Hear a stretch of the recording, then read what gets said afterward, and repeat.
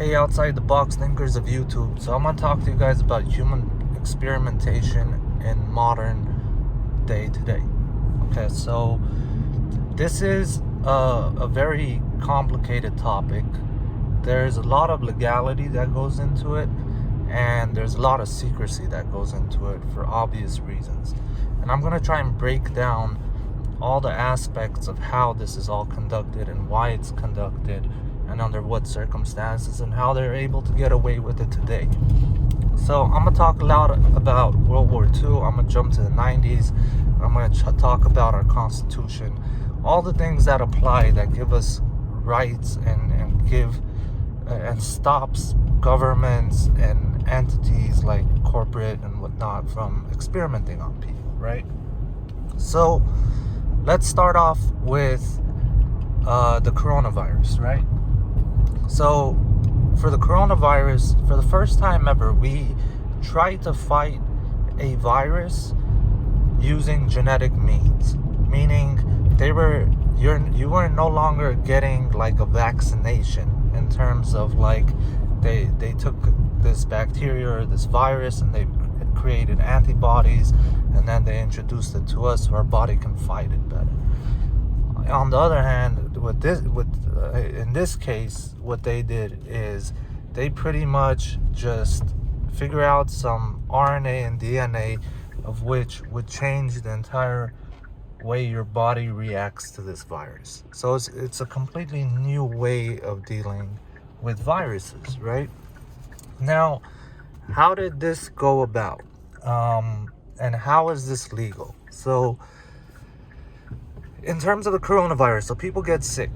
Now, they want to experiment on these people to make sure it works, right? So legally, they cannot take a completely healthy human being and do experiments on them to see if, like, they can't give them the coronavirus and then try to cure them. It's illegal to do that. Like, doctors, they take an oath to preserve life, to help life, right? But if you're sick, you can be experimented on. I don't know if you've ever seen TV commercials where they're like, oh, if you have so-and-so disease, call us. There's medicine that's in the human trial stage of which you can participate, and it'll cover all your medical fees and all that, long as you can be a test subject, right? So you voluntarily go and become test subject for them. Now, the irony to this is that you don't necessarily have to have the coronavirus for the doctors to do coronavirus experiments on you. You just have to be sick. And they have to do it under the name of a specific reason, right? But they could divert and try and do other things at the same time and just label them as unsuccessful experiments. Like, they didn't get the answers they were looking for. They didn't come out with a cure for coronavirus, but they came out with a cure for measles instead. You get what I'm saying? So long as a person's sick, they can do this. Now, all of this has to work under a legal spectrum, right? So in the United States, we have our Constitution.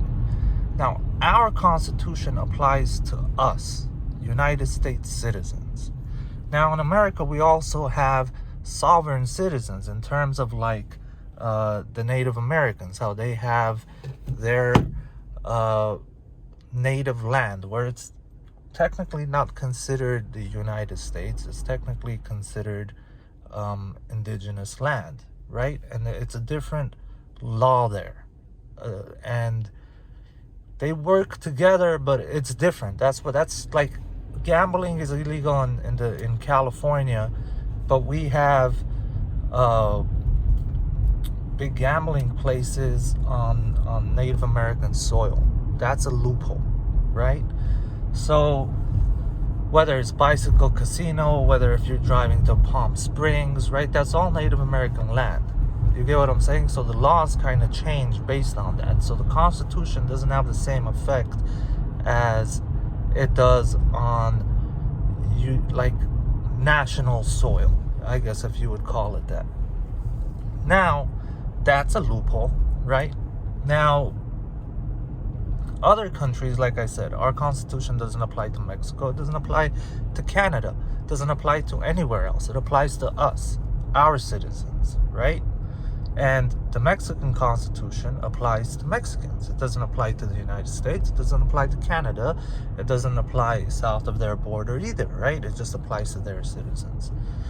Now, when World War II happened, most people think of human experimentation as when the Germans did experimentation on the Jewish population, on the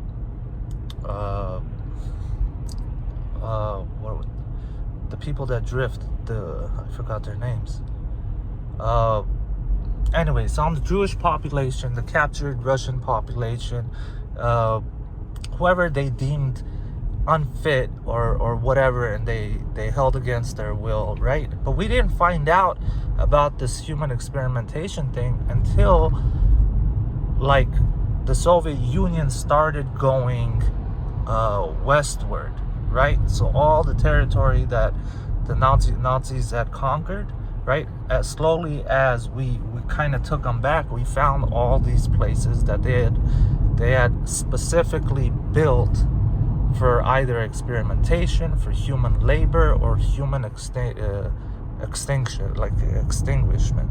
You know, they're just trying to off people. Now, there's many reasons why they were doing this, and they weren't the only ones doing this. Most people have no idea that the Japanese community in the United States was also gathered and put into I guess you can say concentration camps, right? Obviously, they weren't treated as horrifically as the Jewish population was treated during World War II, but nonetheless, we did gather people and hold them against their will, right? Now, most countries during that time, they were all doing this shit. This wasn't like a one-off thing, you know, just like nuclear weapons. As soon as one thing is discovered, everybody tries to jump on ship and tries to find new information and this, right? And that was around the time that they were creating a lot of chemical weapons, a lot of bacterial weapons, viral weapons, right? All this stuff. So like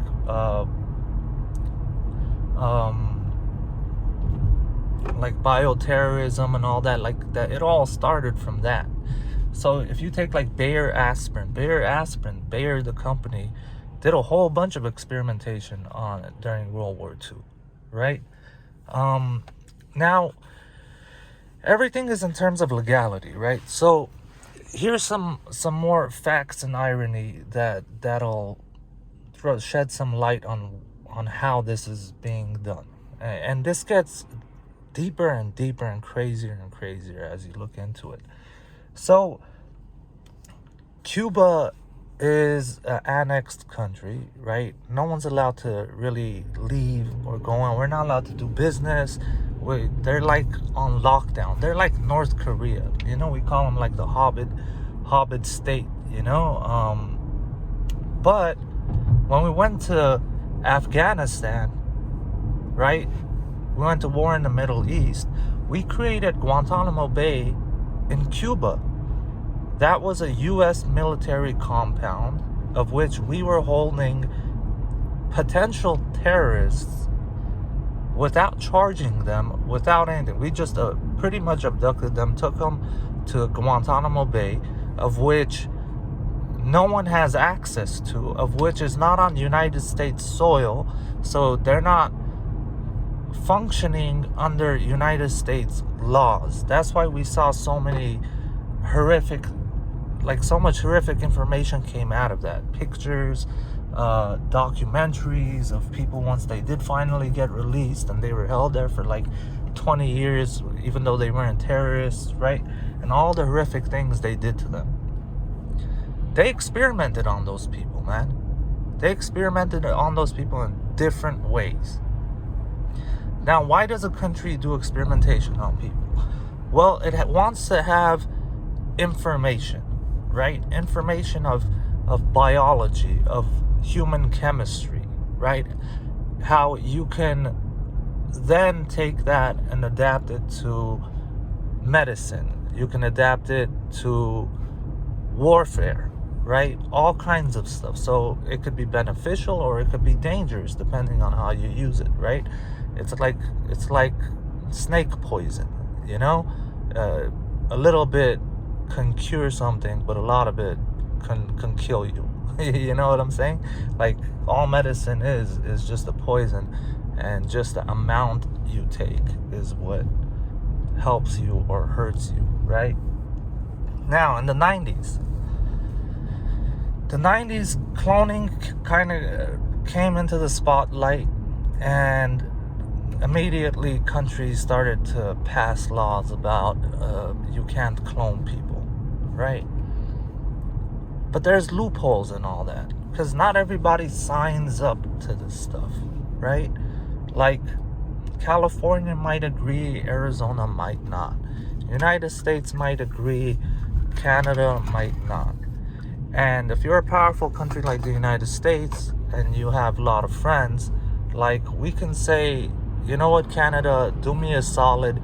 I have to pass this law because there's too much light being shed on this, but please don't pass this law.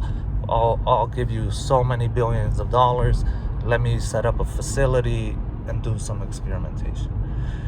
Now, Russia invaded Ukraine, right? Turns out Russia found all these places that we were doing questionable experiments on viruses and bacteria and stuff, right? The coronavirus came out of Wuhan, China. Turned out we were funding that laboratory that the coronavirus actually got out of. What's the irony in that? I mean, do we have places in a whole bunch all around the world where accidentally got released at the same time, and that's how the virus spread all around the world instantly, right? It kind of raises these questions, like, do we have these laboratories in almost all our friendly nations? Do we pay them to, and because the coronavirus just spread around the world immediately. It's like, how did that happen, right? So it raises question. I'm not saying that is what happened, but it raises the question of, well, that might be the case. So in terms of cloning, you have to look at cloning in terms of percentage of DNA, okay? And the legality of what constitutes a person is the way someone is conceived and the way someone is birthed, right? Your parents had you in terms of your dad impregnated your mom, right? And your mom gave a live birth, either through C-section or just naturally pushing you out. Either way, that constitutes you as a human being. Now, if you were raised in a test tube, grown in a test tube, and then they took you out of a test tube, you're not necessarily considered a human being. The laws don't govern. They don't hold. That umbrella doesn't cover that section of it. There's loopholes in the legal system about that, right? That's why we're so specific about, like, abortions and whatnot. When can you abort? When is it not okay to abort? Under what medical circumstances, right? Because there's a whole bunch of legality to it. So if you don't fall under this category, then the law isn't there to protect you. So if we grew test tube babies and then did experiments on them, we don't even consider those people United States citizens, because they weren't born through a vagina, in the simplest terms. You know what I'm saying? That might sound crazy, but it's not. And I'll continue and I'll explain along and why it's not so crazy. Now, I told you it has a lot to do with the percentage of DNA, right? So you, as a natural born human being, you're 100% a human being, right? Now, if we were to splice, let me back up. So you're a 100% human being, okay? Now, a chimpanzee, a silverback gorilla, right? These animals are like 1% DNA different. Less than 1% of a DNA difference is a chimpanzee. A 3% is a dolphin. A 7%, you're talking about like bugs. Yeah, like that's how much DNA we all share. It's fucking crazy. The amount of DNA we all share and what constitutes a human being based on that, right? Because chimpanzees don't have the same rights as human beings, right? They fall under the same category as dogs and cats in terms of legal means, as horses, right? And we do experiments on rabbits, mice, rats, dogs, chimps. We do experimentation on all of them because the law doesn't say that they're human beings. Now, since cloning was a thing, since the early 90s, late 80s, early 90s, splicing has also been a thing since that time. So, if we were to take this 100% human being walking down the street, take his DNA and splice it with chimp DNA, monkey's DNA, spider's DNA, cat's DNA, any type of DNA. How much do I have to deviate from its original human DNA? From that 100%, how much do I have to divert from it for it to be no longer legally considered a human being? Just a little bit. It could be just like 0.001. Long as there's something spliced in there, like we splice some other animal in there, that person is no longer considered a human being. Now, to shed light on that, because you might be saying like, no, that's crazy, that can't be. Okay, so if we take a chimpanzee, right, that shares 99% of our DNA, and we splice human DNA into it, what's the percentage of DNA we have to splice into it for it to become legally a human being? Let's say we splice enough DNA into it that when that chimpanzee gives birth, the baby it gives birth to looks identical to a human being, grows up, can talk, write, think for itself, looks human, acts human, must be human, right? You live with it for years, you wouldn't even fucking know the difference. Now, is that one considered a human being? Because it was a chimpanzee. The mom was a chimp, but the baby looks like it's human. You wouldn't know unless someone told you. Well, that one, I'm sorry, would not be considered a human being. It just doesn't work that way. The legal system hasn't caught up to the technology for it to cover that, right? So ever since Sputnik got launched into space, right? And we've had satellites up there and all that. A lot of this stuff went underground. All our black projects, all our crazy shit, all the stuff we don't want the public to know, most of it went underground. It's either underground or hiding in plain sight. So we started creating cities underneath cities, freeways underneath freeways, airports underneath airports. Do you understand what I'm saying? And we started taking our human experimentation down there. Now let me throw out some weird facts out there, okay? If anybody is convicted of a felony in the United States, at least in California, I know this to be 100% true because they took my DNA. If you've been convicted of a felony before, they take your DNA. they do a mouth swab, they take blood, and they have your DNA. And this is under the guise and the umbrella of, oh, well, we're going to run it through the system in case you commit a crime in the future, or there's been a crime in the past where there's DNA found. We can match it and find out that you've committed other crimes, or you commit other crimes in the future and you get caught. So it's taken under that umbrella. But what really happens to all that DNA? Well, it's under government hands. So in government hands, it can go from one department to another department to another department. So that's one way they took millions of people's DNA. There's so many other ways of taking people's DNA. Like, 23andMe? People just send their DNA to these companies, right? And if you get large enough as a company, as a corporate entity, if you're important enough, government steps in.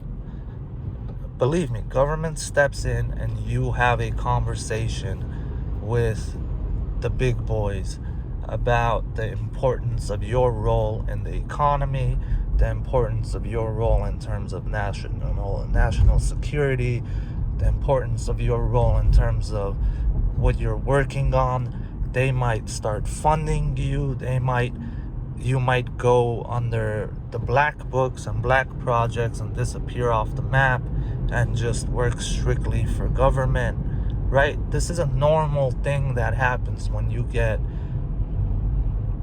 like too large to fail, I guess, in a sense, or too important to fail. Government steps in and becomes a silent partner, if you will. So we covered splicing and how they can splice DNA and do experimentations, right, on whatever is conceived from that spliced creature. Cloning is a real thing. We have done human cloning. And if we don't do it on US soil, we can very easily do it in North Korea. We can very easily do it in Afghanistan. We could very easily do it in parts of Mexico. And just do all kinds of human experimentation on clones, because clones are not people. Yes, they are people. I mean, if you ask me, yes, they're people. If you can, in my mind, if you can feel pain or pleasure, then you're a creature of this planet. It makes no difference what animal you are, what animal you're not. You're human, you're not human. There needs to be laws protecting you, because you can suffer. In my mind, like, that might sound crazy to a lot of people. A lot of people might be like, dude, you can't compare humans to animals. Well, yes, I can. I just did it, and I'll do it again. Like, of course I can. Animals have emotions similar to human beings. Other mammals, right? We do experimentation on mammals before we do experimentation on human mammals. There's a reason why, because we share so much of the same things. It's not just the DNA, it's the thought process, it's the emotions, it's the chemicals. So in my mind, and ironically, it was Hitler that passed the first laws protecting animals, that you couldn't just completely abuse animals, and there had to be an order of domestication and farming. He was the first person to pass laws protecting animals, ironically. Go figure. Maybe it's because this guy knew a lot more than he knew, that we think he knew. I mean, obviously we found out what he knew, and what that was is that he was doing all kinds of human experimentation. So he understood the depth of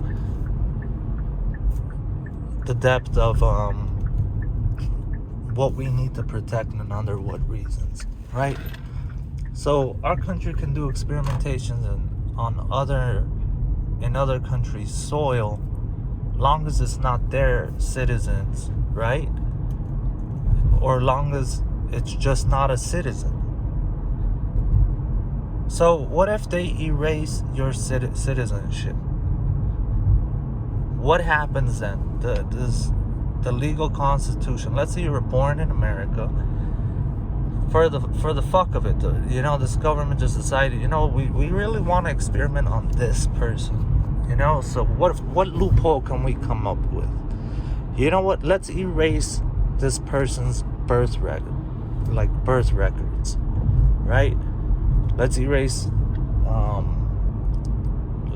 everything. Like, this person just doesn't exist.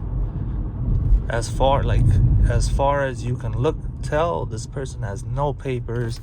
There's no paper trail linking him to being born under no people, like no social security number, nothing. They take this person and they do experimentation. They feel this person was important enough for them to bend the law to that extent. So let's say that happens to you. Not the experimentation part, but the erasing your paper trail identity or your digital identity of you, right? And the only way we know you exist is because you say you exist. Other than that, we can't confirm you being a United States citizen, a citizen of another country. We can't confirm anything you're saying. All we know is you exist. Well, if we do experimentations on you, like, no one's gonna be the wiser.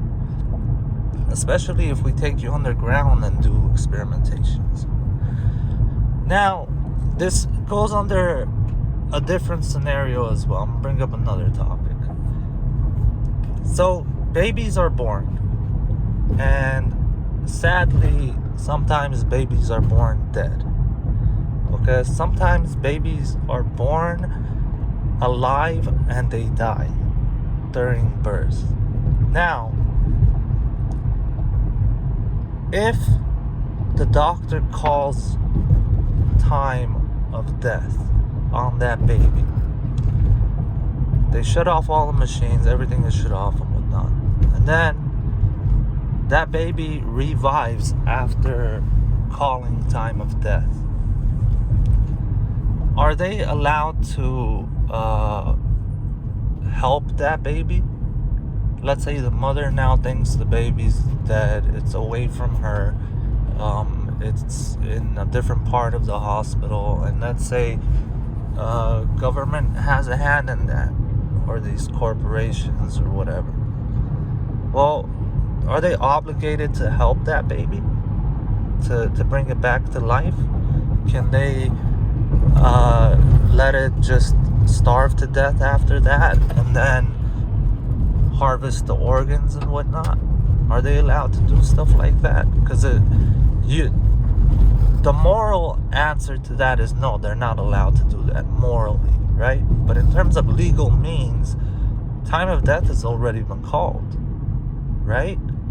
Everyone thinks this baby's already dead. So what's the difference in terms of laws on paper? In terms of laws on paper, the law on paper, like, anything goes at that point. It just means, are you fucking sociopathic and you really don't give a fuck about life at all? You don't feel this way or that way, and it doesn't bother you. So if you stick to just how it's written, well, there's all kinds of loopholes, is what I'm saying. And you best believe we've been doing all kinds of human experimentation. It all goes to why, right? Like, why is this taking place, and why would it take place? Well, it's not that complicated. Why? Science is evolving, okay? And as it's evolving, we need more information, okay? If we're gonna look into the future in terms of human space exploration, we need to start messing around with human DNA, because we found out that the human body falls apart really, really fast when there's a lack of gravity, right? So some of the first human experimentations that the Nazis did, of which was extremely valuable to the United States and to Russia and all these countries, was putting people in vacuum chambers to see what happens to the human body in space. And people died in the process of this. We found out as soon as you put a person in the vacuum chamber, their blood boils. All kinds of, like, your blood fizzes like opening a can of soda, and instantly kills you. Well, not instantly, but almost instantly, in the most horrific, agonizing way possible. Well, that was important, so it told us that, hey, we need to make spacesuits that are pressurized. And how did we find out the amount of pressure we can subject a person to? So spacesuits are pressurized to 1/3 of that of Earth. 1/3. So how did we get to that percentage? Well, we tried 90%, we tried 80%, we tried 0%, 1%, and then we came to 1/3 is sufficient enough to not have that spacesuit pop in the vacuum of space. Now, as we go forward in the hopes of exploring the stars and galaxies, we need to splice different types of human beings in order to, like, if we want to colonize Mars and have those people not be critically ill in a matter of a year or two. If you take the healthiest bunch of human beings from Earth and send them to live on Mars, their life expectancy and their quality of life is going to be hindered completely, right? Like, they might live 5 years, 10 years. All kinds of problems are going to start popping up. So if we could genetically engineer these human beings to be more or less susceptible to these problems, then we're going to do that. Of course we're going to do it.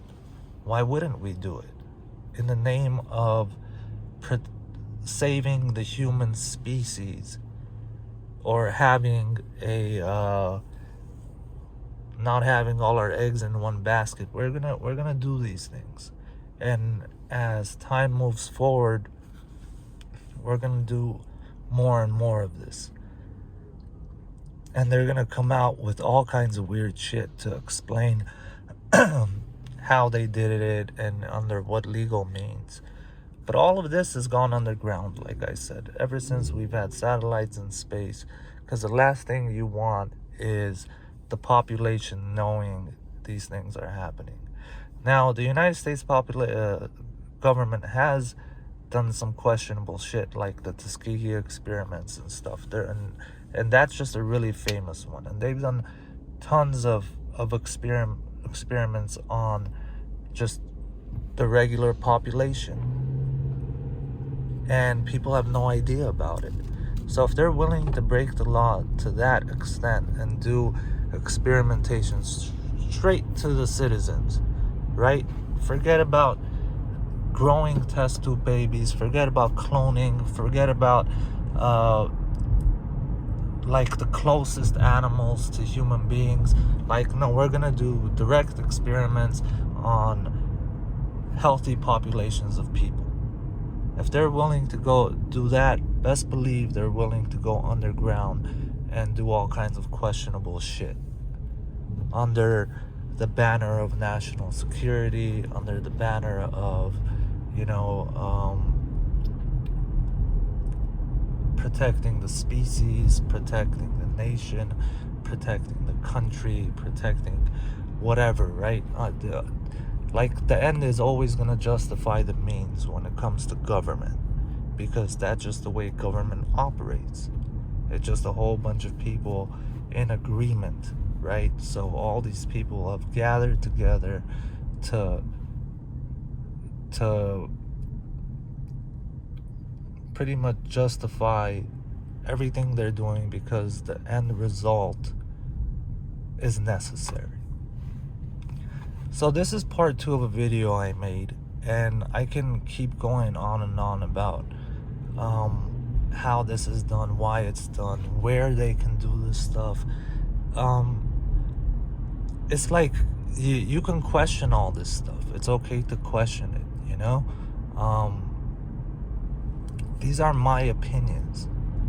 These are my opinions from stuff I've read, stuff I've come across, my thoughts, just all the stuff that I've gathered throughout my life. These are my opinions on it, you know?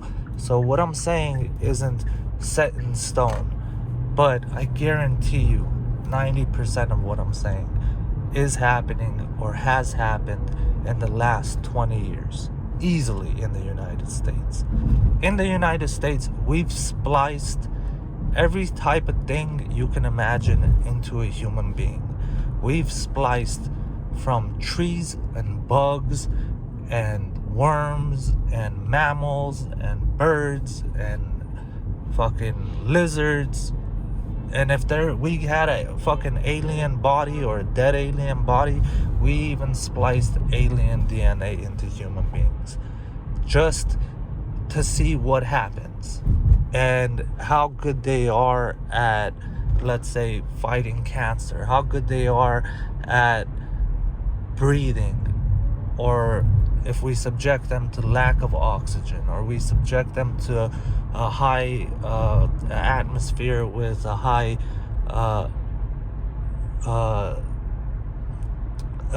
like high acidity or high toxicity, right? Like, we're gonna subject them to all kinds of fucking tests, man. We're gonna torture these things until they die, and then when they die, we're gonna cut them open and just seriously take a good look inside and see how we can adjust it for the next experiment. There was a time that movies took a lot of shit from sci-fi, but nowadays truth and reality is so much more stranger than fiction, that sci-fi is taking information from reality. That's how crazy stuff has become. It's just that the average person doesn't really care to look into this stuff, doesn't really care to find out about this stuff, and when they do run across it, they brush it off. It can't be, no way. The United States, no way, bro. Why would we do that? No, you know, just denial. But if you're a person that thinks outside the box and thinks, why would someone or an entity or a government want to do this, and you come up with some reasons that hold water, well, then everything changes, doesn't it? So I'm gonna end this at that, man. And you guys have a lovely day. I'd love to hear your perspective, your opinions. If you have more information, whatever it is, keep thinking outside the box, because people like that are rare, and people that speak upon it are even more rare. So you guys have a wonderful day. Peace.